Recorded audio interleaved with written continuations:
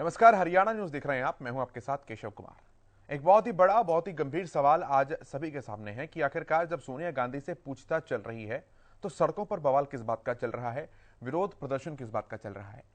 सवाल जब इस बात को लेकर लगातार किए जा रहे थे तो कांग्रेस पार्टी ने विरोध का केवल मुखौटा बदल दिया है। अब बात कही जा रही है कि महंगाई और जीएसटी को लेकर विरोध प्रदर्शन कर रहे हैं, लेकिन यह शुभ मुहूर्त उसी दिन क्यों निकलता है जिस दिन सोनिया गांधी की पेशी ईडी के सामने होती है। बहुत सारे सवाल हैं जिसके जवाब हम तलाशेंगे, लेकिन उससे पहले रिपोर्ट आप देखिए पूरे मुद्दे को और कुछ प्रतिक्रियाएं जो आई हैं उनको समझिए।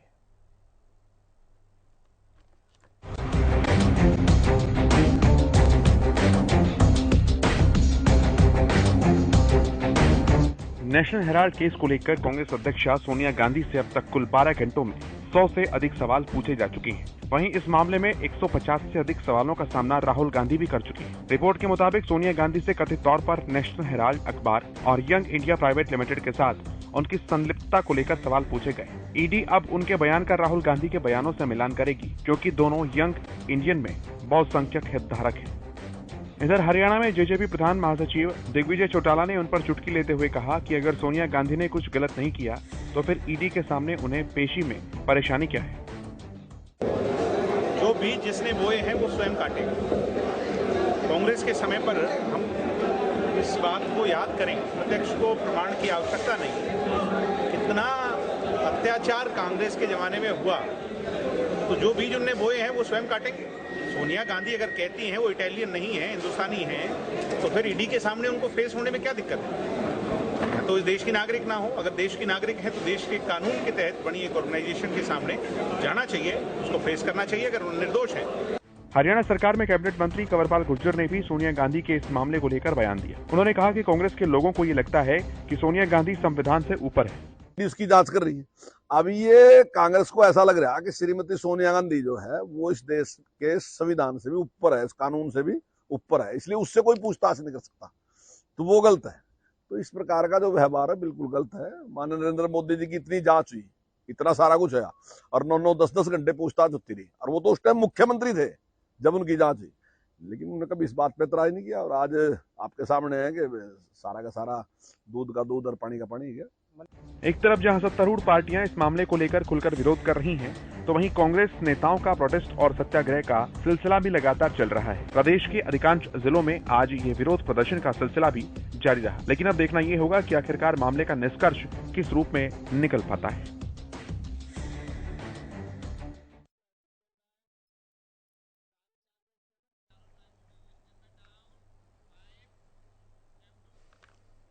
और जो पैनल मेरे साथ जुड़ा है उसका परिचय मैं आपसे करा दूं। हमारे साथ भारतीय जनता पार्टी का पक्ष रखने के लिए वंदना पोपली जी हमारे साथ जुड़ रही हैं।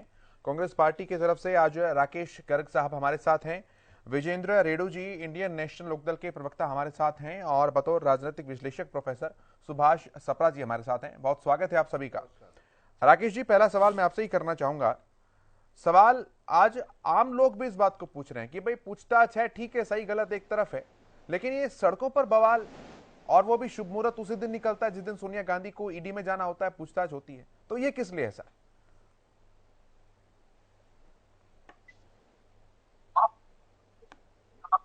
आज चयन गलत हो गया।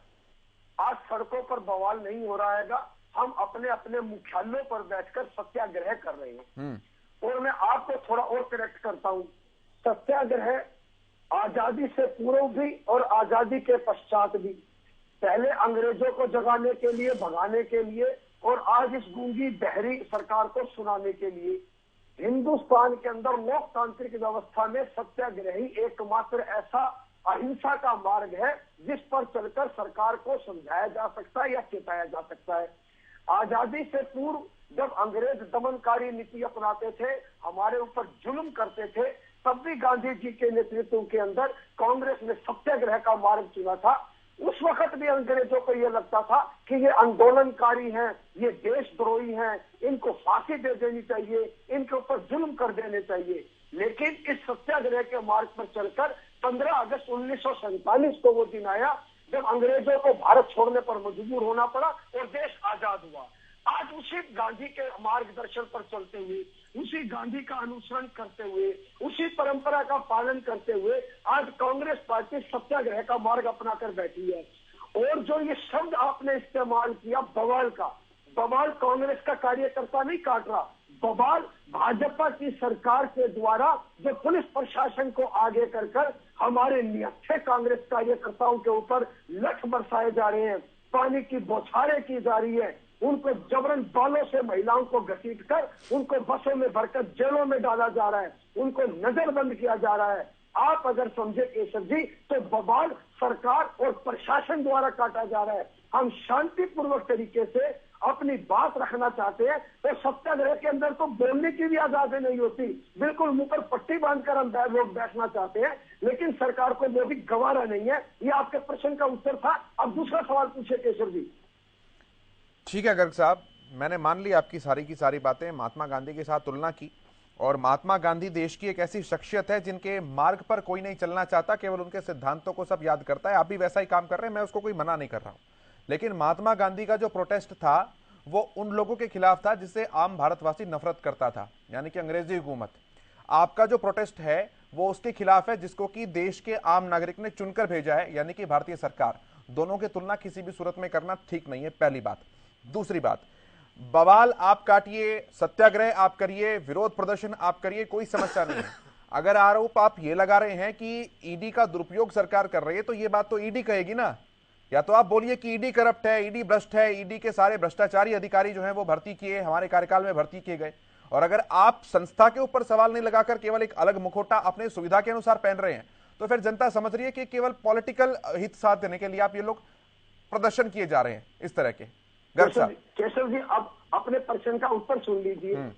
2014 से पूर्व जो ईडी के द्वारा हस्तक्षेपित मामले थे जिनके अंदर ईडी ने संज्ञान लेते हुए कार्रवाई की थी वो महज 1200 या 1250 के मध्य रहे। 2014 के पश्चात जो ईडी के द्वारा कार्रवाई की गई है वो करीब 4 और 4.5 हजार के मध्य के केस है। टोटल मिलाकर जब से ईडी अस्तित्व में आई है 2022 तक ये जो मामले है करीब 5 और 5.5 हजार के मध्य बनते हैं। और आपको जानकर ये हैरानी होगी कि 2014 के पश्चात ईडी ने जितनी भी कार्रवाई की है वो सिर्फ जो विपक्षी पार्टी है या विपक्षी पार्टियों के नेता है उनके ऊपर की है। इवन में एक बात और आपको याद दिला देता हूं, ईडी ने जो हमारे कार्यकर्ता या हमारे नेता थे, विपक्ष के कई कोई नेता थे, उनके ऊपर कार्रवाई की और वो बाद में भाजपा में चले गए, उनके ऊपर भी कार्रवाई बंद कर दी। बड़ा एक यक्ष प्रसंग खड़ा होता है केशव जी, पिछले 8 साल के अंदर ऐसा भाजपा कौन सी गंगा में नहाकर आई है, ऐसे इनके नेता किस गंगा में नहाकर आए हुए कि एक भी भ्रष्टाचार के अंदर आरोप के अंदर ईडी इनके ऊपर कार्रवाई नहीं करती। दूसरा इससे भी महत्वपूर्ण सवाल केशव जी ये है कि ईडी जो कार्रवाई कर रही है करीब 5 से लेकर 5.5 हजार केस हो चुके हैं। 2% से भी ज्यादा मामले नहीं है जिनके अंदर ईडी आरोपों को साबित कर पाई है। तो कांग्रेस का जो ये आरोप नहीं, ये सत्यता है, ये प्रमाणिकता है और ये सत्य के आधार पर कहा जा रहा है कि कांग्रेस सिर्फ भाजपा की सरकार ईडी का और जो भी और एजेंसियां हैं उनका दुरुपयोग करके आज विपक्ष को कमजोर करना चाहती है और इस देश की लोकतांत्रिक व्यवस्था को खत्म करना चाहती है। अब जो दूसरा प्रश्न आपने किया था केशव जी लगे, आप इसका भी जवाब सुन लीजिए। जनतंत्र के अंदर ये चुनी हुई सरकार है, चुनी हुई सरकार संविधान के दायरे में रहकर काम करेगी। अगर संविधान का दायरा तोड़ दिया गया तो अंग्रेजों में और इस सरकार के अंदर कोई फर्क नहीं। कहां टूट रहा है दायरा, ये तो सब भाई जनता को समझा दीजिए, मैं आपकी बात कर लूंगा। दायरा टूट कहां रहा है गर्ग साहब? सुन लीजिए ना, तो मैं उसी बात पर आ रहा हूं ना केशव जी। 2015 के अंदर यही ईडी थी, यही मुकदमा था, यही केस था जिस मामले की सुनवाई 2015 में ईडी ने स्वयं ये कहकर जांच के उपरांत कहा था कि इसमें कोई मामला नहीं बनता और ये हमारे अधिकार क्षेत्र का मामला नहीं है। 2015 में जिस मामले को बंद कर दिया गया, भाई 2022 आते आते ऐसा कौन सा दिव्य ज्ञान ईडी को प्राप्त हो गया जो उस मामले को पुनः खोल दिया गया? इस ईडी के पीछे की जो ताकतें हैं, जो सरकारी ताकतें हैं, जो भाजपा का जो चेहरा है या भाजपा का जो षड्यंत्र है, केशव जी इस बात को आप स्वीकारिए। नहीं, ईडी ने, आप गर्ग साहब ये कह रहे हैं ईडी ने मामले को बंद कर दिया, क्या वाकई ईडी ने मामले को बंद कर दिया था या फिर पटियाला हाउस कोर्ट ने जमानत दी थी? दोनों बातें अलग अलग है। दोनों बातें अलग अलग है। 2015 के अंदर जब ये जमानत हुई अगर ये इतना बड़ा सीरियस ऑफेंस होता नहीं, तो आप तो कह रहे हैं ना साहब कि ईडी ने मामला बंद कर दिया था। ईडी ने क्या ईडी ने क्या फाइल बंद की गर्ग साहब? केशव जी, मैं दो सवाल के दोनों का अलग अलग उत्तर ले लीजिए ना केशव जी आप। अदालत ने इस मामले के अंदर जो तथाकथित आरोपी सुब्रमण्यम स्वामी की कंप्लेंट पर बने उनको जमानत दी, उनको व्यक्तिगत पेशी से छूट होने की इजाजत मिली। अगर ये मामला इतना गंभीर होता, इतने बड़े फाइनेंशियल स्कैम से जुड़ा होता, तो अदालत स्वतः संज्ञान लेकर ऐसा आदेश ही नहीं देती। और ईडी ने भी, जब ये मामला ईडी को हस्तक्षेप के लिए भेजा गया, उन्होंने भी अपनी प्रारंभिक जांच के अंदर पाया, क्योंकि पैसे का इस पूरी प्रक्रिया के अंदर 1 रुपए का भी कोई वित्तीय लेन देन नहीं हुआ है। मैं तथ्यों के ऊपर आपको बात बता रहा हूँ, पूरे 1 रुपए का भी कोई वित्तीय लेन देन नहीं हुआ है। और जब वित्तीय लेन देन नहीं हुआ तो ईडी का अस्तित्व कहाँ इस मामले के अंदर? ये आप इस बात को समझिए, ये 2 अलग अलग सवाल थे। और जो आज ईडी को आगे करके राहुल गांधी जी को आगे किया, मैं एक महत्वपूर्ण सवाल और कर देता हूँ केशव जी। राहुल गांधी जी या सोनिया गांधी जी इस देश के कोई साधारण आदमी तो है नहीं। इस देश की कोई एक हस्ती रखते हैं, 2 बार प्रधानमंत्री का पद ठुकरा चुकी है सोनिया गांधी जी। आप ये समझते हैं इस लोकतांत्रिक देश के अंदर आप और मेरे जैसा साधारण आदमी भी अगर कोई वित्तीय लेन देन करे, कोई जमीन का आदान प्रदान करे, कोई शेयरों का आदान प्रदान करे, आपकी ताकत आप छुपा सकते हैं, मेरी ताकत मैं छुपा सकता हूं। अरे भाई, सोनिया गांधी जी और राहुल गांधी जी तो इतनी बड़ी शख्सियत है। मैं साफ साफ ये कहना चाहता हूं आपके चैनल के माध्यम से कि अगर ईडी को बुलाना था तो उन एजेंसियों को बुलाते जो शेयरों का लेन देन करती है, उन एजेंसियों को बुलाते जो जमीन का आदान और प्रदान करते हैं, दूध का दूध और पानी का पानी तो वे लोग कर देते। लेकिन नहीं, अपनी एजेंसियों को जिनके थ्रू, सुन लीजिए आखिरी शब्द सुन लीजिए, जिन एजेंसियों के माध्यम से दूध का दूध और पानी का पानी 1 मिनट में हो सकता था, उन एजेंसियों को केशव जी नहीं बुलाया जाता। ये सिर्फ और सिर्फ जो हमारे नेता है उनको प्रताड़ित करने के लिए। आप बता दीजिए ना जांच किससे करवानी चाहिए, आप बता दीजिए जांच किससे करवानी चाहिए। वंदना जी सुनेंगे इस बात? न्यायालय में केशव जी, मामला न्यायालय के अंदर विचाराधीन है। मामला न्यायालय से भी निपटा थोड़ी है, मामले के अंदर न्यायालय के अंदर विचाराधीन है। न्यायालय को उसका फैसला करने दीजिए ना। और अगर ये इतनी निष्पक्ष है, भाई गर्ग साहब, न्यायालय अपने आप में एक इन्वेस्टिगेशन एजेंसी है या फिर न्यायालय एक प्रक्रिया है फैसले को सुनाने की? अब न्यायालय फैसला तो तब करेगा ना जब जांच उस तक पहुंचेगी, और जांच पहुंचेगी तब जब सवाल जवाब किए जाएंगे। बड़ा बेहतरीन सवाल आपने किया केशव जी। आज ही एक आदेश आए हैं ईडी को लेकर, वो आदेश आपने भी पढ़ ली होगी। ईडी अपनी एक स्वतंत्र एजेंसी है जो FIR कर सकती है, गिरफ्तार कर सकती है, और उसकी जांच और जो साक्ष्य है वो सुप्रीम कोर्ट में भी मान्य है। कोर्ट को अगर आज जांच करवानी है तो और बहुत माध्यम कोर्ट के पास है, खाली ईडी नहीं है। और ये मामला ईडी का जब बने जब कोई वित्तीय लेन देन होगा, अगर वित्तीय लेन देन होगा। गर्ग साहब, अब तो बहुत बड़े बड़े वकील भी हैं कांग्रेस पार्टी के पास, अच्छे खासा आपका पूरा जुडिशियल स्ट्रक्चर है, क्यों नहीं जाते कोर्ट में सर? परेशानी कहां है? मतलब जनता ये नहीं समझ पा रही है केस असली है नकली है, ये तो जांच के बाद स्पष्ट हो पाएगा। जांच से पीछे क्यों भागा जा रहा है? जांच पर क्यों सवाल उठाए जा रहे हैं? जांच से पीछे भागा? अगर जांच की यहां तक जांच और विरोध देश में एक साथ कहां चले हैं, कब चले हैं? क्या बात करते हैं आप? भूल गए जब मोदी जी गुजरात के मुख्यमंत्री थे, अमित शाह जी थे वहां, तो हाई कोर्ट ने जो SIT गठित की थी, सुप्रीम कोर्ट हाई कोर्ट द्वारा SIT गठित होने के पश्चात, उसके कितने महीने के पश्चात जो तो अमित शाह जी प्रेजेंट हुए थे, और जो सुप्रीम कोर्ट ने SIT गठित की थी उसके कितने माह के पश्चात मोदी जी प्रेजेंट हुए थे। पूरे गुजरात को किस प्रकार पोस्टरों से पाट दिया गया था ये शायद आपको भी नहीं पता है। ऐसा नहीं है, वो सही था नहीं गर्ग साहब? वो करना सही था गर्ग साहब? वो करना सही था क्या? वो न्यायालय क्या आदेश गर्ग साहब, वो करना सही था क्या? अगर भाई गर्ग साहब आपकी बात ऊपर रखनी, वो करना सही था? वो न्यायालय क्या आदेश थे? न्यायालय के आदेशों के अवहेलना कर सकते हैं क्या? और नहीं कर सकता है ना भाई। मैं तो विरोध की बात कर रहा हूँ ना। जांच चलने दीजिए, जांच सही है या गलत है बाद में फैसला होगा उस बात का। आज सवाल ईडी के ऊपर है, आज सवाल CBI की स्वायत्तता, उसकी निष्पक्षता के ऊपर है, न्यायालय के ऊपर नहीं है। न्यायालय अगर कोई आदेश दे रहा तो उसका पालन होना चाहिए, लेकिन ईडी की आड़ में, CBI की आड़ में जो ये भाजपा सरकार घिनौना खेल खेल रही है, इसका पर्दाफाश करना जरूरी है। ठीक है वंदना जी, सामने इनको बेनकाब करना जरूरी है। ठीक है वंदना जी। केशव, आपको आवाज आ रही है मेरी? जी सुन पा रहे हैं हम। देखिए, मैं एक एक करके जवाब दूंगी इनकी हर एक बात का। आज गर्ग थी और बड़ी मुझे हैरानी भी हो रही थी किस प्रकार से तर्क दे रहे हैं उन्होंने। जब आपने सबसे पहले पूछा कि सड़कों पर बवाल क्यों, तो उन्होंने बोला कि आप सड़कों पर बवाल नहीं है, मुख्यालयों में बैठे हैं। तो कहीं ना कहीं इनडायरेक्टली मान गए कि अभी तक सड़कों पर बवाल हो रहे थे। जिस प्रकार से राहुल गांधी जी जब ईडी के सामने प्रेजेंट हुए तो किस प्रकार आगजनी की घटनाएं, उपद्रव की घटनाएं, मारपीट की घटनाएं सामने आई, वो हम सभी ने देखा। और उसके बाद ये कहते हैं कि पुलिस एक्शन नहीं ले, तो ऐसा हो नहीं सकता है। लेकिन यहाँ पर सबसे इम्पोर्टेंट बात, यहाँ पर जो गर्ग जी कुछ एक टर्म्स यूज कर रहे थे, मैंने उनको लिखा भी है। उन्होंने दमनकारी नीति, सत्याग्रह, जुर्म, फांसी, गांधी का मार्गदर्शन, संविधान का दायरा, इस तरह की इतनी बड़ी बड़ी टर्म्स यूज करी। किसके लिए यूज करी? दो व्यक्तियों के लिए, दो आरोपियों के लिए जो भ्रष्टाचार के आरोप का सामना कर रहे हैं। ईडी उनको पूछताछ के लिए बुला रही है और उसको जाके ये क्लियर करना है कि हम कहाँ पर सही है, कहाँ पर गलत है। अगर सही है तो डर किस बात का, और सही नहीं है तो फिर तो आप सही कर रहे हैं, फिर तो आप जनता को दिखा रहे हैं, आप दबाव में डालने की कोशिश कर रहे हैं। अभी यहाँ पे इन्होंने एक जिक्र किया, मैं भी जिक्र करना चाहूंगी। आज सुप्रीम कोर्ट ने एक फैसला दिया जिसके बारे में इन्होंने घुमा कर बोला, लेकिन ये भूल गए कि सामने वाले व्यक्ति को भी सब कुछ मालूम होता है। आज सुप्रीम कोर्ट ने कहा कि प्रवर्तन निर्देशालय के ईडी के अधिकारों को और मनी लॉन्ड्रिंग एक्ट को चुनौती देने वाली जो याचिकाएं थी, उसको जो फैसला आया उसके हिसाब से ईडी के पास पूर्ण अधिकार है, वो पूछताछ कर सकती है। अगर वो पूछताछ करती है तो उसके जो जवाब हैं, जो कोर्ट में मान्य हैं, वही उनके जवाब वहां पर भी मान्य होंगे। वो गिरफ्तारी कर सकती है, इसके साथ अगर प्रॉपर्टी अटैच करनी है तो प्रॉपर्टी भी अटैच करती है। मुझे लगता है आज इन्होंने मुंह की खाई है। ये बार बार कहते हैं ना ईडी का मिसयूज, ईडी का मिसयूज। यहाँ पे सुप्रीम कोर्ट ने क्लियरली कहा है ईडी के पास ये सब अधिकार है, उसको कोई मना नहीं कर सकता। दूसरी बात, इन्होंने कहा कि ये केस ईडी ने बंद कर दिया था।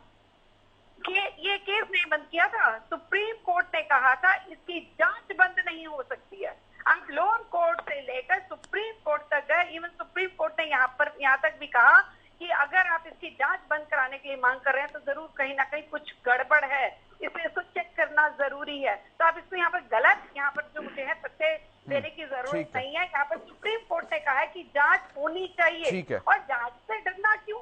आप मुझे ये देखिए ना, ये तो मुझे लगता है कि जो बवाल है कहीं ना कहीं परिवार का संग्राम बन गया है।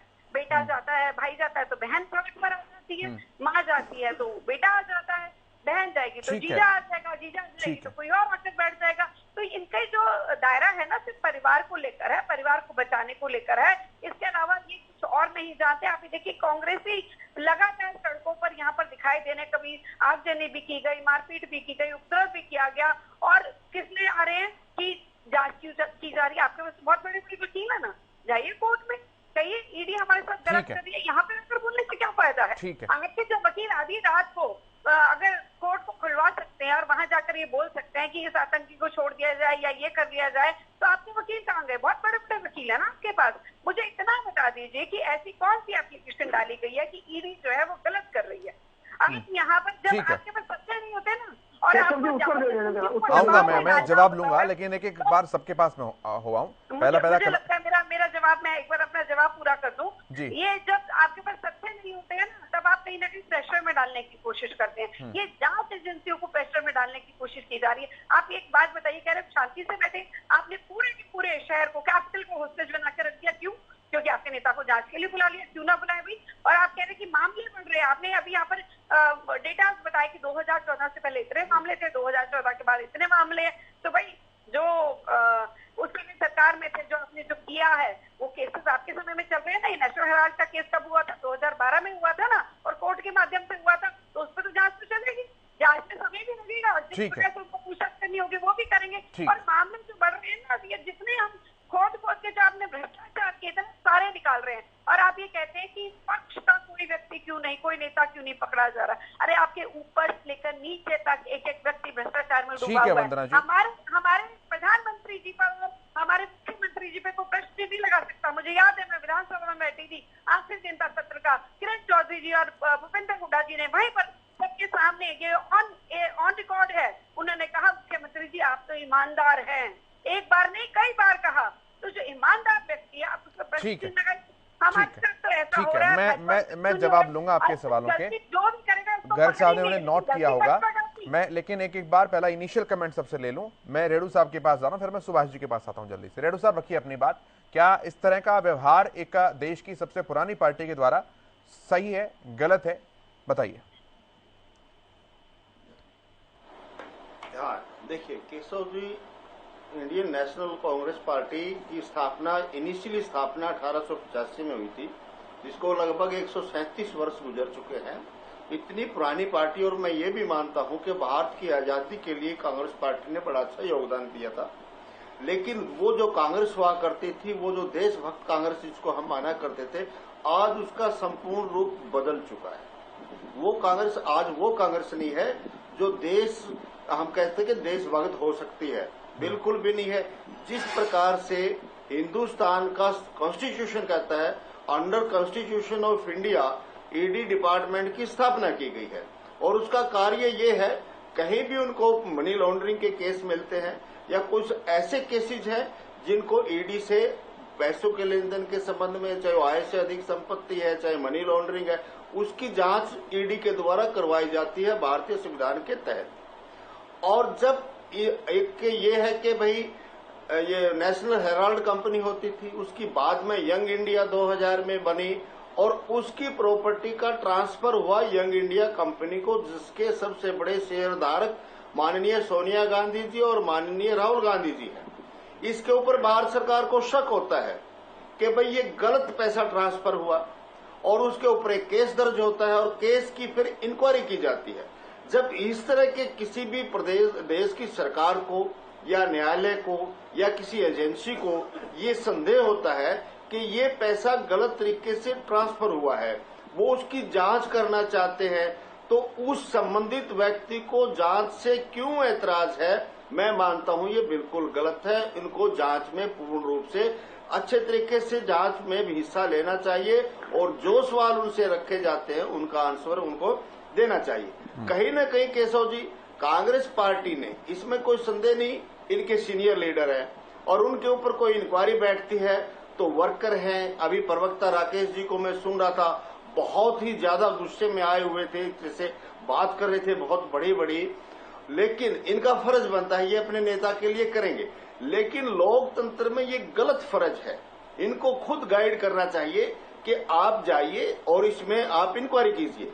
जिस प्रकार से चौधरी ओम प्रकाश चौटाला, अजय सिंह चौटाला, अभय सिंह चौटाला को ईडी ने बुलाया, वो ईडी के पास गई, और सबको पता है इस बात का कि इनके ऊपर एक फर्जी मुकदमा 2006 में सेकंड एफआईआर दर्ज करवाई गई थी। आफ्टर दैट इनको बुलाएगा, अब भी आय से अधिक संपत्ति में बुलाएगा। कहीं इंडियन नेशनल लोकदल पार्टी ने कोई विरोध प्रदर्शन नहीं किया, और हमारे नेताओं ने हमारे को कहा कि भाई ईडी की जांच है, हम उसको कोऑपरेट करेंगे, जाएंगे, और जो फैसला आएगा उसको हम मानेंगे। और फैसले के बाद भी एक 86 वर्ष के बुजुर्ग को 4 साल की सजा सुनाना, जबकि उसमें कुछ सजा वो पहले काट चुके हैं। आफ्टर दैट चौधरी ओम प्रकाश चौटाला की ये वर्डिंग थी वर्कर मीटिंग की कि भाई ईडी का फैसला है और हम इस फैसले का सम्मान करते हैं, कोर्ट के फैसले का सम्मान करना चाहिए, और सह सम्मान सभी व्यक्ति अपनी पार्टी को मजबूत बना करके मैं और अभी तो फैसले की घड़ी आई भी नहीं है, अभी तो पूछताछ की घड़ी चल रही है केशव जी। हाँ, अभी तो पूछताछ की घड़ी है।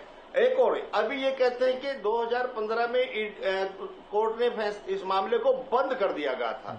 वो बंद नहीं किया था, पटियाला हाउस से आपको जमानत मिली थी, जमानत के बाद कोर्ट जांच करवाती है, और वो जांच न्याय प्रणाली का एक हिस्सा है, उस जांच को पूरी करवाना चाहिए। इन्होंने किसी प्रकार से भी इसमें हस्तक्षेप नहीं करना चाहिए। एक और बात, इन्होंने एक बड़ा झूठ बोला अभी राकेश जी ने, इन्होंने कहा कि सोनिया गांधी जी ने प्रधानमंत्री का पद ठुकरा दिया था।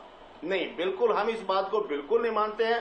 सोनिया गांधी जी जिस टाइम कांग्रेस का बहुमत आया, उस टाइम तक भी इटली की नागरिकता सोनिया गांधी जी के पास थी, और उसके बाद जो हमारे पीए संगमा जो वरिष्ठ कांग्रेसी लीडर थे, इसी बात को लेकर के वो छोड़ गए थे कि आज तक जब इन्होंने इंडिया की नागरिकता ग्रहण नहीं की तो हम इसको प्रधानमंत्री कैसे स्वीकार करेंगे। ये एक बड़ा विवाद पुरानी बातें हो गई उस बात और उसके बाद नागरिकता इटली की छोड़ी या नहीं छोड़ी वो नहीं मुझे पता। ठीक है, हाँ, लेकिन ये पद नहीं ठुकराया था, ये बिल्कुल गलत कहते हैं। वो कानूनी रूप से बन नहीं सकती थी, इसलिए उनको छोड़ना पड़ा। ठीक है, सुभाष जी कैसे देख रहे हैं इस पूरे प्रकरण को? यंग इंडिया कंपनी लिमिटेड, अब सोनिया गांधी जी इसकी अध्यक्ष रही हैं, और हमारे मोतीलाल वोरा जी कई काफ़ी लंबे समय से कोषाध्यक्ष रहे हैं, इसमें सुमन दुबे जी के साइन है उस पर। अब 76% जो यंग इंडिया का जो 76% जो शेयर है वो सोनिया गांधी जी और राहुल गांधी जी के पास है, मतलब ज़्यादा इनके पास, और 24% मोतीलाल वोरा जी और ऑस्कर फर्नांडिस के पास। अब बात ये है, पहले भी ये मामला उठता रहा है, इसके ये सारे के जो केस के जो सर्वे हैं वो सुब्रमण्यम स्वामी वो शुरू से शोर मचाते रहे हैं भाई दोनों बाप जो है मम्मी और बेटा दोनों जेल जाएंगे इस मामले में। अब 2-3 दिनों से या पीछे जब ईडी ने राहुल गांधी जी को बुलाया और अब सोनिया जी को बुलाया, या बाद में फिर वो हॉस्पिटल में भी एडमिट रही और अब दोबारा बुलाया उनको, अब ये बवाल राहुल गांधी जी जब उन्हें बुलाया गया तो तब भी जो है ना पूरे देश में प्रदर्शन हुए, चाहे वो हरियाणा में भी, हर जगह सब शहरों में। अब कल भी जो है उदय भान जी भी बैठे हुए हैं, सभी एमएलए भी बैठे हुए हैं, दीपेंद्र हुड्डा जी दिल्ली में बैठे हुए हैं, हरियाणा भी इसमें अछूता नहीं है, बिल्कुल पूरा प्रदर्शन चल रहा है। अब अभी कह रहे हैं भाई, हमारे साथी कह रहे हैं जी केस बंद हो गया, और वैसे और केस अगर बंद भी हो गया, वैसे तो हुआ नहीं है, और केस अगर बंद भी हो गया था तो दोबारा रीओपन भी हो जाता है, ऐसी कोई बात नहीं है। और सोनिया गांधी जी या जो राहुल गांधी जी कानून से बड़े नहीं है, अभी जांच ही तो चल रही है, बिल्कुल अभी हमारे दूसरे साथी कह रहे हैं, और जांच तो अधिकार है, और साथ ही साथ ये भी है, सरकार कोई भी रही हो, ये जितनी भी ये जो एजेंसीज हैं, चाहे वो ईडी है, चाहे वो सीबीआई है, या दूसरी एजेंसीज है, उसका दुरुपयोग तो होता है, और पॉलिटिकल पार्टी तो करती हैं। अब कांग्रेस पे भी आरोप लगते रहे और मतलब बीजेपी पे भी आरोप लगते दुरुपयोग है ये ईडी? नहीं, मैंने ये नहीं कहा। हाँ, मैं ये कह रहा हूँ भाई, अगर सोनिया गांधी जी या राहुल गांधी जी से पूछा जा रहा है और प्रश्नों की लिस्ट है तो ठीक है, आप उनको जवाब दे दीजिए और सारा क्लीन चिट हो जाएगा। और अगर उनको ये ऐसा लग रहा है भाई काफी उनकी हरासमेंट है तो they can go to the court, उस पे डालें, आप केस डालो, जो है ना डिफेमेशन डालो, या कोर्ट में एप्लीकेशन डालो, इससे हमारी मानहानि हो रही है। बिल्कुल, मैं गर्ग साहब से जवाब लेता हूं सब सवालों के। गर्ग साहब, काफी सवाल है, बताइए। केशव जी, सबसे पहले जो हमारे इनेलो के प्रवक्ता है रेणु जी, मैं उनकी बात का जवाब दे देता हूं। रेणु जी भी इस बात कर रहे थे कि माननीय चौधरी ओम प्रकाश चौटाला जी 4 साल के लिए अभी अंदर गए हैं, तो मैं आपको बता दूं कि जब इनको 10 साल की सजा टीचर घोटाले में हुई थी, उसमें हुई थी, तब इन्होंने इस केस के अंदर अपने जमानती जो है वो विड्रा कर लिए थे, और एक सोची समझी सुनियोजित योजना के तहत विड्रा किए थे कि जो 10 साल की सजा हुई है और अगले आगामी इस केस के अंदर जिसमें अब 4 साल की सजा हो रही है वो उसके अंदर काउंट हो जाएगी। लेकिन माननीय न्यायालय ने वो प्ली नहीं मानी और एक अलग से सजा इनको दी है। तो रेणु जी, ये मैं आपको तथ्य पर आधारित बात बता रहा हूँ। दूसरा, जो हमारे बड़े भाई ये जो ज्ञान दे रहे हैं कि भाई ईडी के सामने पेश होना चाहिए, सच को स्वीकार करना चाहिए, चौटाला जी जितने आपके बड़े नेता है उतना हम उनका मान सम्मान करते हैं और बिल्कुल हम समझते हैं कि उम्र के हिसाब से उनके साथ ज्यादती हुई है। लेकिन अभी अभय चौटाला जी भी और अजय चौटाला जी भी आय से अधिक संपत्ति के मामले में दोनों जमानत पर हैं, अभी उसकी भी सुनवाई चल रही है। और आपको बता दूं, ये दोनों भी, अभय चौटाला जी तो नहीं, अजय चौटाला जी भी उस केस में अपने जमानतें विड्रा कर चुके थे। तो जाइए आप अदालत के सामने स्पष्ट बोल दीजिए, हाँ हमने आय से ज्यादा का घोटाला, हमारे पास है आय से ज्यादा, काहे को केस का समय खराब करते हैं, शिल्कारोक्ति कीजिए, जेल दे दीजिए अपने नेताओं को। ऐसा नहीं होता, बात तो छह पर होनी चाहिए, बात एक प्रक्रिया के तहत होनी चाहिए। मैं केशव जी दूसरी बात पर आ जाता हूं। आपके सवाल पर कुछ प्रतिक्रिया दे रहे हैं रेणु साहब। केशव जी बीच में मत बोलिए, केशव जी बीच में। मैं एक सवाल का जवाब दे दूंगा ना, तो पॉइंट दर पॉइंट चीजें क्लियर होती रहेंगी। केशव जी सुनिए, जब साथी प्रवक्ता बोल रहे होते हैं ना, बड़े आराम से बात करता हूं। मैं गर्ग साहब, आपके सवाल पर वो काउंटर कर रहे हैं, ये मामला पूरा सेटल हो जाएगा, फिर अगले मुद्दे पर आ जाएंगे हम ना। तो कोई नहीं, वो लिख के रख लेना, जब मैं अपनी बात पूरी कर लूंगा। चलिए ठीक है, रेणु साहब दर्शन नहीं किया, ठीक है, और ना ही हम ईडी की इंक्वायरी में जाने के लिए।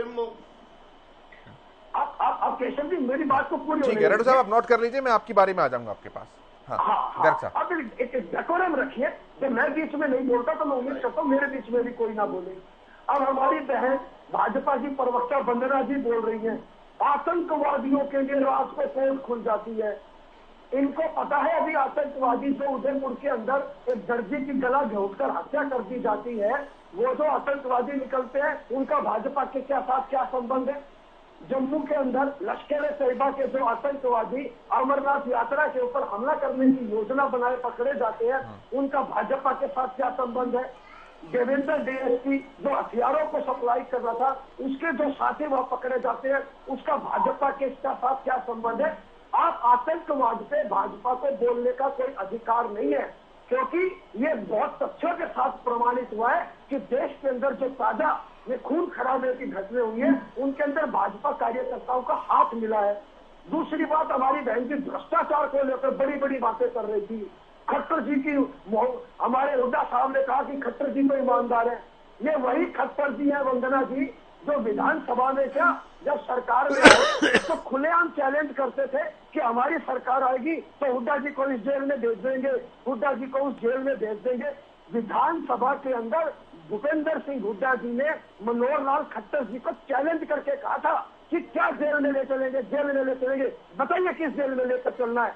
7 साल हो गए आपकी सरकार को, साबित नहीं कर पाई है।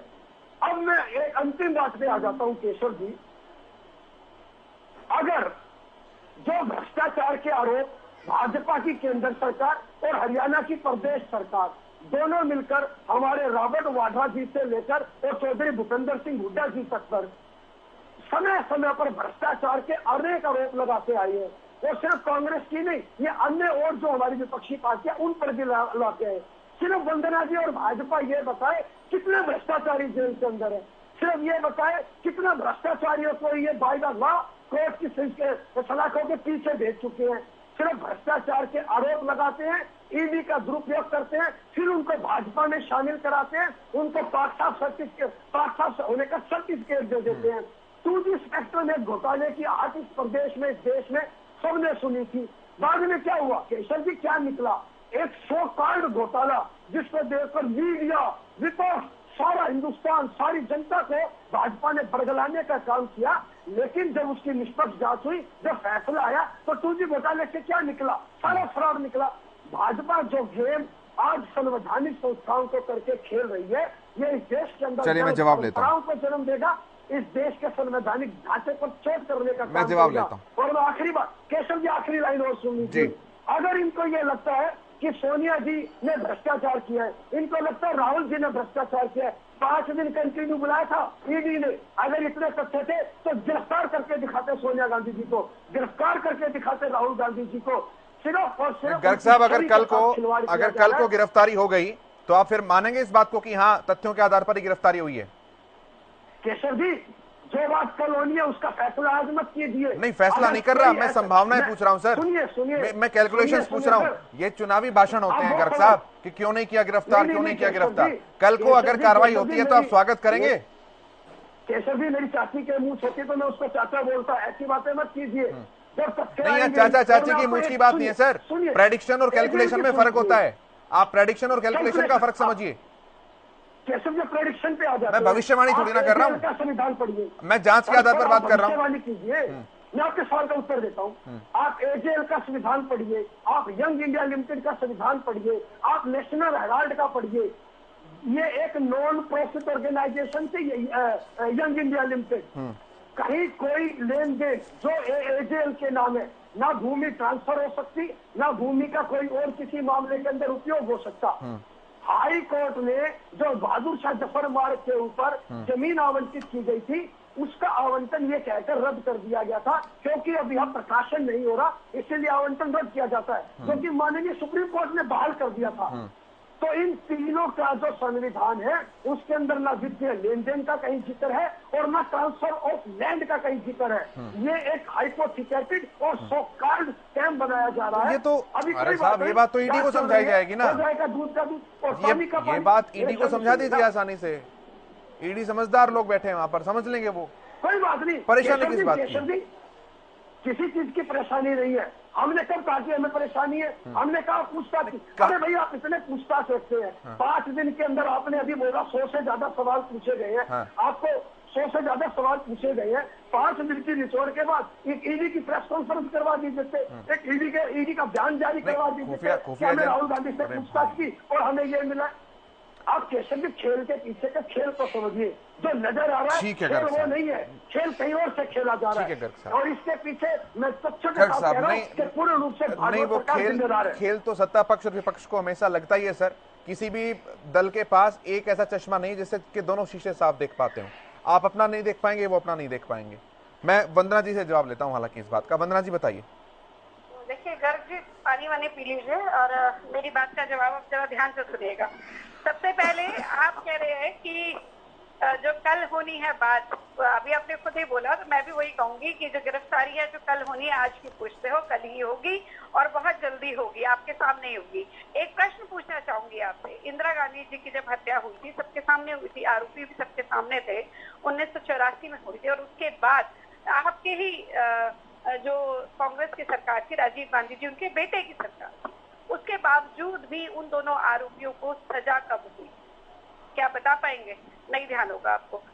राजीव गांधी जी की सरकार भी चली गई थी, उसके बाद जाके सजा हुई थी। वो तो सामने हुआ था, सबके सामने था, आरोपी भी सामने थे, और उसके बाद भी उसमें समय लगा। न्यायिक प्रक्रिया में समय जरूर लगता है, लेकिन देर है अंधेर नहीं है। आप यहाँ पर बहुत बड़ी बड़ी बातें कर रहे थे। अभी आपने कहा ईडी को, इस तरह से आप ईडी पे प्रश्न चिन्ह लगा रहे हैं कि ईडी हमें तंग कर रही है, लेकिन एक बात बताइए, आपने किस पर प्रश्न चिन्ह नहीं लगाया? अब कभी आपको ईवीएम पे प्रॉब्लम हो जाती है, कभी आपको सेना पे प्रॉब्लम हो जाती है कि अरे वहां पर बालाकोट में बम गिराया तो वहां पर पेड़ गिरे, कौए मरे, क्या हुआ? मतलब आप सेना पे भी प्रश्न लगा देते हैं। आप ईडी सीबीआई पर आप, यानी कि कोर्ट पर भी आप क्वेश्चन मार्क लगा सकते हैं। तो आप हर एक पे क्वेश्चन मार्क लगाते रहिए। लेकिन एक चीज है, ये जो पूरा केस चल रहा है कि जो आप ड्रामा कर रहे हैं ना, कार्यकर्ताओं के पीछे छुपने की कोशिश कर रहे हैं, आपकी पूरी सच्चाई जो है वो सामने आ चुकी है। एक आपको और बताना चाहूंगी कि एक ऐसी कंपनी, अगर मैं नेशनल हेराल्ड की बात करूं, जिसके पास 3,500 करोड़ की प्रॉपर्टी है, वो 90 करोड़ यंग इंडिया से क्यों लेगी? आप कह रहे एक भी पैसे का ट्रांसफर नहीं हुआ। मैं आपको बताना चाहूंगी, ये जो शेयर है नेशनल हेराल्ड की, ये यंग इंडिया को जो ट्रांसफर किए गए हैं, ये पैसा ट्रांसफर नहीं हुआ तो और क्या हुआ है? सीधा सीधा पैसे का मामला है, और पैसा तो और मामला बनता ही नहीं है। उसका जवाब आप आज तक नहीं दे पाए। जिस एक कंपनी के पास 3,500 करोड़ की प्रॉपर्टी है, वो 90 करोड़ का लोन क्यों लेगी यंग इंडिया से? और किस जब वो ट्रांसफर की जाती है तो यंग इंडिया से न्यूज़पेपर नहीं छापती है, नेशनल न्यूज़पेपर छापती है, उसका भी जवाब नहीं दिया गया। और राहुल गांधी ने अपने शेयरों की बात को, जब उन्होंने चुनाव में अपना पर्चा भरा तो छुपाया क्यों? उसका भी जवाब ये नहीं दे पाए, और बिना ब्याज के पैसे दिया गया। मुझे ये बताइए, 90 करोड़ रुपए नेशनल हेराल्ड को बिना ब्याज के पैसे क्यों दिया गया, और बाद में उसको सीधा यंग इंडिया को ट्रांसफर कर दिया गया? तो सीधा सीधा पैसे का मामला है।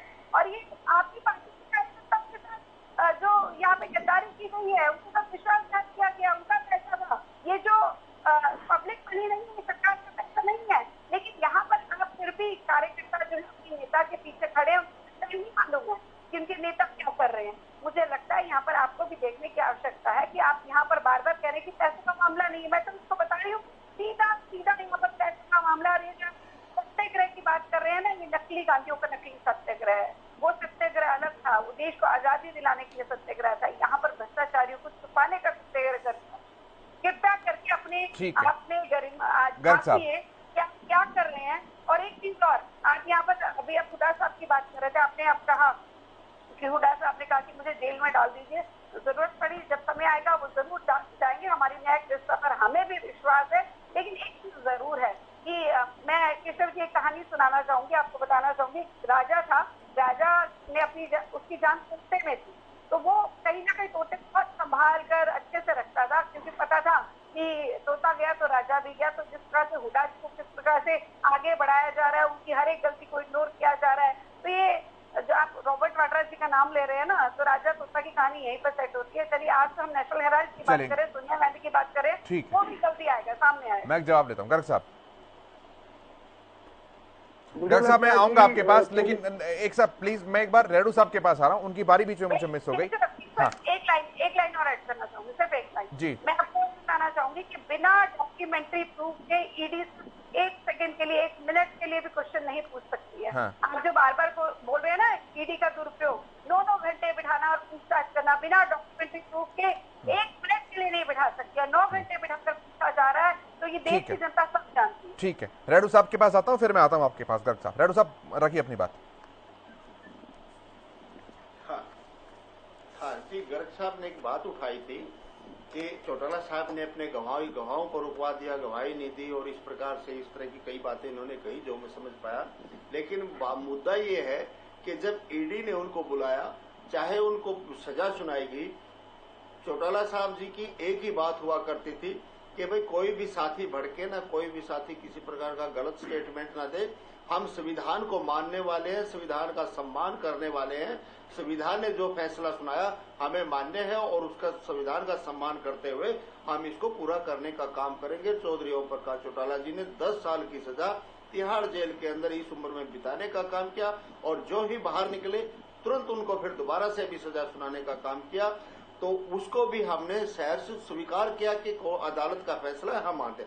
इसी प्रकार से मैं ये कहना चाहूंगा केशव जी कि जिस प्रकार से कांग्रेस पार्टी ने इस मुद्दे को स्वयं ही जनता को दे दिया, स्वयं ही गवर्नमेंट को दे दिया, अगर ये चुपचाप जाकर के ईडी के सवालों का सामना करते, न्यायिक प्रणाली पर भरोसा रखते, तो शायद ये आज देश का मुद्दा नहीं बनता।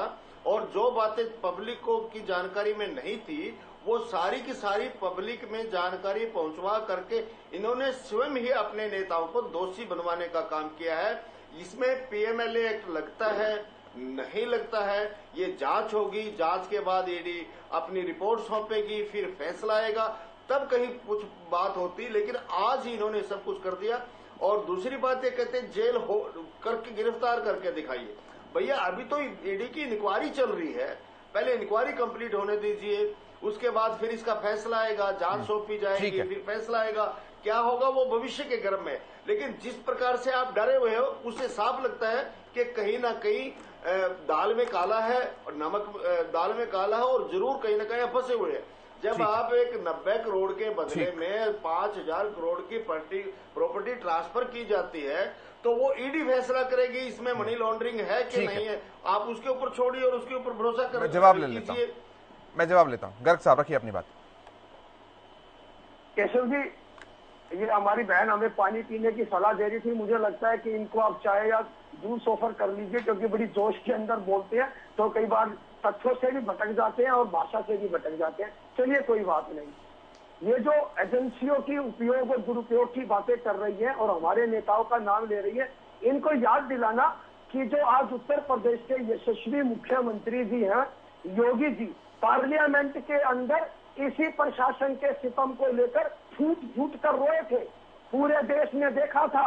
वो आंसू अभी मेरे ख्याल से वो अभी भूली नहीं होंगी कि किस प्रकार के आरोप पर प्रत्यारोप लगाकर पार्लियामेंट को पूरी दुनिया के सामने रोए थे वो। तो ये बातें आप छोड़ दीजिए। किस प्रशासन की बात है? वो किस प्रशासन की बात है? बीच में मत बोलिए। सुन लीजिए गर्ग साहब, वो किस प्रशासन की बात है? अरे गर्ग साहब, किस प्रशासन की बात है, इतना तो बताइए ना। सुन लीजिए केशव जी, सुन लीजिए। मैं आता हूँ आपके उत्तर में आता हूँ। केशव जी, मुझे पूरा बोलने दीजिए। पता क्या दिक्कत क्या कि जब बीच में सवाल के ऊपर सवाल आता है तो वो विषय से बात अधूरी रह जाती है। आप बहुत अच्छे से इलैबोरेट कर रहे हैं सर। मैं आप बहुत अच्छे से इलैबोरेट कर रहे हैं, लेकिन आपने कहा उस प्रशासन, मैं उस प्रशासन का इलैबोरेशन मान रहा हूँ। आप किस प्रशासन की बात कर रहे हैं? किस प्रशासन भी बताएंगे ना सर? वो किस प्रशासन के ऊपर आरोप लगाकर फूट फूट कर रो रहे थे? हाँ। उन्हीं से पूछिए, फोन लगाइए। नहीं, मैं बता देता हूँ ना, वो तो समाजवादी पार्टी के ऊपर आक्षेप लगा रहे थे और इस बात पर वो भावुक हुए थे। आप जब उस प्रशासन बोल रहे हैं तो वो बड़ा धुंधला सा लग रहा है कि आप मोदी सरकार के ऊपर आरोप लगा रहे हैं कि उनकी सरकार के आरोप। मोदी सरकार का नाम नहीं लिया। मैंने मोदी सरकार का मुझे कंफ्यूजन हुआ इसलिए मैं क्लियर कर रहा हूँ। मुझे कंफ्यूजन हुआ इसलिए मैं क्लियर कर रहा हूँ। अरे मुझे कंफ्यूजन, मोदी सरकार का नाम नहीं। आपने सर्वनाम इस्तेमाल कर लिया, खालिस्तान छोड़ दिया। आप अपनी सहूलियत के हिसाब से भर लो। मैं कह रहा हूँ आप उस संज्ञा को भरिए, आप स्पेसिफिक बता दीजिए। हाँ, अपने शब्द मेरे मुंह में मत डालिए। मैं नहीं डाल रहा सर, मैं तो आपके शब्द आपके मुंह से निकलवा रहा हूँ। मैं तो आपके शब्द आपके मुंह से निकलवा रहा हूँ। हाँ। केशव जी, निकलने दीजिए। अब मैं एजेएल की बात के ऊपर आ जाता हूँ। जब आजादी के पश्चात नेशनल हेराल्ड अखबार, जो कि आजादी से पहले एक अखबार की तरह नहीं, एक स्वतंत्रता सेनानी की कार्य करता था, और इसके अंदर सिर्फ जवाहरलाल नेहरू जी नहीं थे, 5000 और ऐसे स्वतंत्रता सेनानी थे जो इसके अंदर शेयर होल्डर थे। आजादी के पश्चात क्या हुआ कि वित्तीय संकट इस अखबार के ऊपर आया और ये चलाना करीब करीब मुश्किल हो चुका था, बल्कि मैं ये कहूँ कि असंभव हो गया था। 2010 आते आते नेशनल हेराल्ड के ऊपर 90 करोड़ रुपए की देनदारी हो चुकी थी। तब कांग्रेस पार्टी, और वो देनदारी सार्वजनिक उपक्रम की नहीं थी, 90 करोड़ की वो देनदारी जो नेशनल हेराल्ड के एम्प्लॉयज थे, जो उनके जो काम करने वाले थे, जो क्लर्क थे या जो प्रेस चलाते थे या जो मशीनें थी, उस प्रकार की देनदारी 90 करोड़ रुपए की हो चुकी थी। कांग्रेस पार्टी ने, चूंकि ये एक स्वतंत्रता सेनानी की धरोहर की तरह इसको समझा, तो ये परंपरा बंद नहीं होनी चाहिए। 90 करोड़ की देनदारी को यंग इंडिया लिमिटेड, जो कि एक नॉन प्रॉफिट ऑर्गेनाइजेशन थी, जो कि सेक्शन 25D के तहत बनाई गई थी, जो कि संविधान के दायरे में आती है, जिसके अंदर ये स्पष्ट लिखा हुआ है कि आप कोई वित्तीय फायदा नहीं उठा सकते, आप तनख्वाह नहीं ले सकते, आप शेयर्स का आदान प्रदान नहीं कर सकते।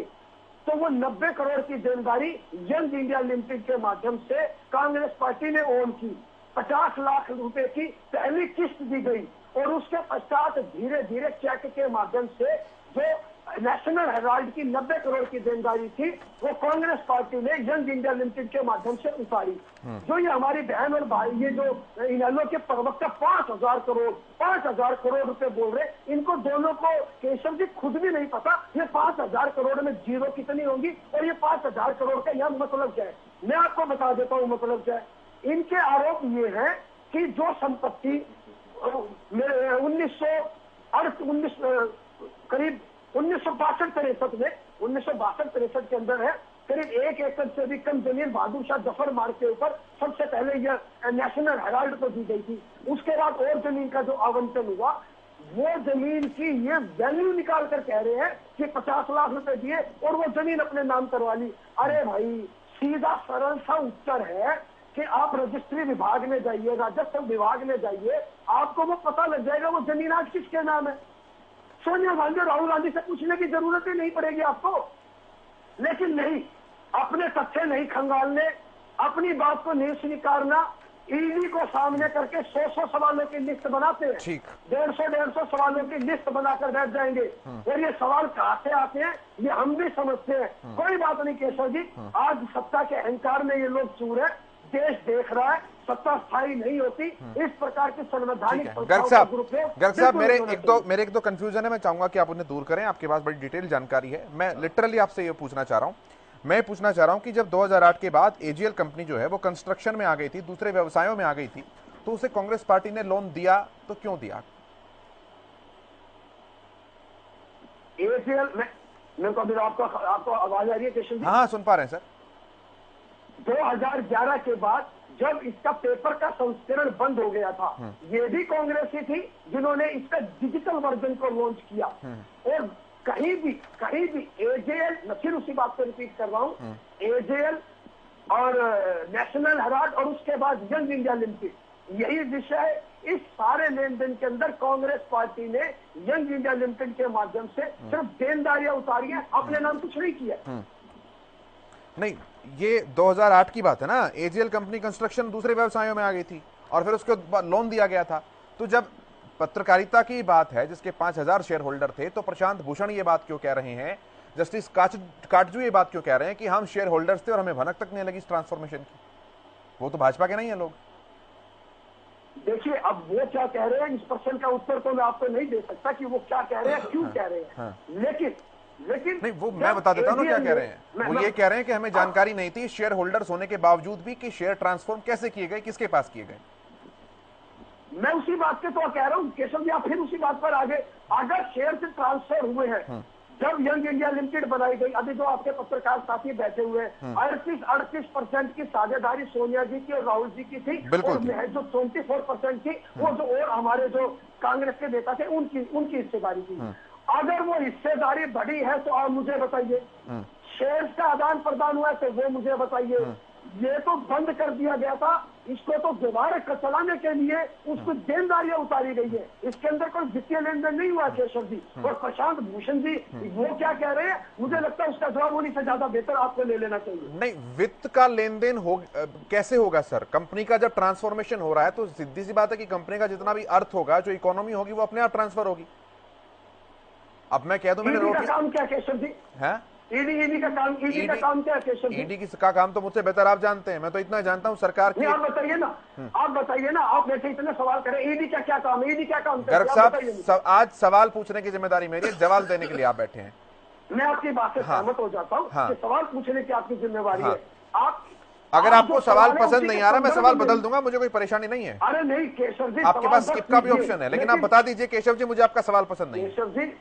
केशव जी आप भी बोलिए ना कि नहीं राकेश जी आपको सवाल करने का कोई अधिकार नहीं है। आप सिर्फ यहाँ जवाब देने के लिए बैठे हैं, आप हमारे से कुछ नहीं पूछ सकते। लेकिन एंकर को सब कुछ पूछने की इजाजत है। आप ये बिल्कुल ऐसा ही है, बिल्कुल ऐसा ही है सर, मैं आपसे पूछ सकता हूँ, ऐसा है मैं आपसे पूछ सकता हूँ केशव जी। केशव जी ये चैनल पब्लिक का चैनल है, इसको पब्लिक ने देखती है। सिर्फ आप और मेरे मेरे व्यूज पब्लिक के व्यूज हैं, मेरे व्यूज पब्लिक के व्यूज हैं सर। मेरे हाथ में जो माइक है उसमें मेरे विचार नहीं है, उसमें जनता के विचार हैं। अब आप पत्रकार कौम के ऊपर प्रश्न उठाइए इस बात को लेकर गर्ग साहब। नहीं बिल्कुल नहीं केशव जी, बिल्कुल नहीं। ईडी का जो काम है वो जब वीटी का काम शुरू होता है, जब वित्तीय लेन देन इन्वॉल्व होता है। मैं बार बार इस बात को कह, और अब इस बात को आपने भी स्वीकार किया है कि वित्तीय लेन देन तो नहीं हुआ। जब आप स्वीकार कर रहे हैं, मैंने कहा वित्तीय लेन देन नहीं हुआ, मैंने कहा वित्तीय लेन देन नहीं हुआ। मैंने तो मैंने आपकी बात को कोट किया कि आप कह रहे हैं कि शेयर का ट्रांसफॉर्मेशन हुआ, इसमें वित्तीय लेन देन नहीं हुआ, तो मैंने आपकी बात को कोट किया सर, मैंने कहीं भी नहीं कहा है। दो चीजें केशव जी, एक शेयर्स का ट्रांसफर है, दूसरा जो 90 करोड़ की देनदारी थी उसकी जो देनदारी उतारी गई। ठीक है, मैं वंदना जी के पास आता हूँ, टैक्स से उतारी गई। मैं जल्दी से आता हूँ वंदना जी के पास। वंदना जी मैं राकेश गर्ग जी को सुन पा रही थी और सबसे पहले उन्होंने मेरे लिए कहा कि ये तथ्यों से भटक रहे हैं, तो मैं सीधा इनसे पूछ लेती हूँ कि तथ्य आपने बहुत सारे यहाँ पर बताए, उनको मैं गलत भी साबित करूंगी, लेकिन इतना बता दीजिए कि अगर आप इतना यहाँ पर इतनी सारी चीजें बता रहे हैं, क्या आपके नेता सक्षम नहीं है कि ईडी के सामने इस बात को रख सके? और बात रख देते हैं और क्लियर साफ साफ निकल आते हैं, तो इसमें आपको एतराज क्यों है? ये सड़कों पर बवाल क्यों है? ये आगजनी क्यों है? ये उपद्रव क्यों है? इसका जवाब जरूर दीजिएगा। और अगर आपको लगता है कि आप सब जगह से सही हैं और ईडी गलत कर रही है, तो आपके वकील क्या कर रहे हैं? आप जाइए कोर्ट में बोलिए ईडी हमारे साथ नाइंसाफी कर रही है। मैं आपको एक चीज बताना चाहूंगी केशव, मैंने एक चैनल पर एक रिपोर्ट पढ़ी थी, मुझे नहीं मालूम उसके बीच वो रिपोर्ट दिखा रहे थे जब राहुल गांधी से पूछा जा रहा था, मुझे नहीं मालूम उसके पीछे सच्चाई क्या है, लेकिन उन्होंने कहा कि राहुल गांधी जो है अधिकतर समय अपने जवाब को बदलवा रहे हैं। ये पहले वो लिखते हैं, फिर ब्रेक होता है, जाते हैं, फिर आते हैं तो दोबारा जवाब बदलवाते हैं। अब उनके पास इन्फॉर्मेशन कहाँ से मुझे नहीं मालूम है, ये कितनी सच है मुझे नहीं मालूम है, लेकिन राहुल गांधी जवाब दे पाए इस पे संशय मुझे भी है और मुझे लगता है देश की जनता को भी है। यहाँ पर कह रहे हैं कि कोई भी पैसे का लेन देन नहीं राकेश गर्ग जी, लेकिन मुझे इतना बताइए 9 करोड़ शेयर के बदले में जो 99% शेयर, 9 करोड़ शेयर के बदले में 99% शेयर जो नेशनल हेराल्ड के हैं वो मिल जाते हैं राहुल गांधी और सोनिया गांधी को। उस पर पैसा कहाँ, डायरेक्ट क्या पैसों की लेन देन की बात नहीं है, शेयर की लेन देन की बात है। जो 3,500 करोड़ की जो कंपनी है उसको 9 करोड़ में अपने पास रख लिया जाता है। अगर आपको इसमें भ्रष्टाचार नहीं दिखाई देता तो इससे बड़ी अंधभक्ति नहीं हो सकती। दूसरी बात, अभी आपने कहा था कि 3,500 कह रहे हैं, 5,000 कह रहे हैं, इसमें जीरो कितने होते हैं वो बता दीजिए। पता मैं आ रहा हूँ सर, बहुत जल्दी फाइनल कमेंट लूंगा, समय बहुत कम है। वंदना जी जल्दी से बोलिए प्लीज। आपका जो लीडरशिप है उनको देखकर जीरो में आपका इंटरेस्ट ज्यादा आता होगा, वहाँ तो बोल नहीं पाते कि यहाँ पर जीरो पे पूछ लेते हैं। आपने यहाँ पर नेशनल हेराल्ड को स्वतंत्रता बताया, स्वतंत्रता से भ्रष्टाचार की भेंट चढ़ गया, इससे बड़ी बात नहीं हो सकती। जिस आप न्यूज़पेपर को स्वतंत्रता सेनानी बता रहे हैं वो भी भ्रष्टाचार की भेंट में चढ़ गया, तो आपको देखना चाहिए, झांकना चाहिए कि आपकी जो ठीक है सुभाष जी, वो क्या कर रही है। सुभाष जी जल्दी से रखिए अपनी बात प्लीज। सच्चाई ये है, हमारे यहाँ हमारे देश में न्याय प्रक्रिया जो है वो बिल्कुल स्लो है। फैसला आते आते 10 साल, 20 साल, 40 साल भी लग जाते हैं छोटे से फैसले के लिए। और इसी का जो फायदा है राजनीतिक जो पार्टी के जो सर्वे हैं, जो नेता है उसका उठाते हैं, तभी उनके पास करोड़ों अरबों रुपए की प्रॉपर्टीज है। और अभी वेस्ट बंगाल में क्या हुआ देखो आप, 21 करोड़ रुपए की कैश पड़ी हुई है, मतलब ये हाल है, मतलब और यही मतलब पार्टियों के नेताजी यही। अब हमारे अभी देखो अजय सिंह चौटाला जी, उन पे आई से अधिक मामला चल रहा है, ईडी ने किया हुआ है सर्वे जेजेपी। ठीक है सर, अभी 100 से ज्यादा गवाही होनी है उस पर। ठीक है सर, और देखो कितने साल लग जाएंगे। ठीक है सर, मेरे पास समय की कमी है आज। मैं हाथ जोड़कर माफी मांगते हुए आप सभी से यहीं पर अपनी डिबेट को खत्म कर रहा हूं। वंदना जी, राकेश जी, विजेंद्र जी, सुभाष जी, बहुत धन्यवाद, बहुत शुक्रिया आप सभी का यहां पर आने के लिए। मेरे साथ इतना ही, नमस्कार।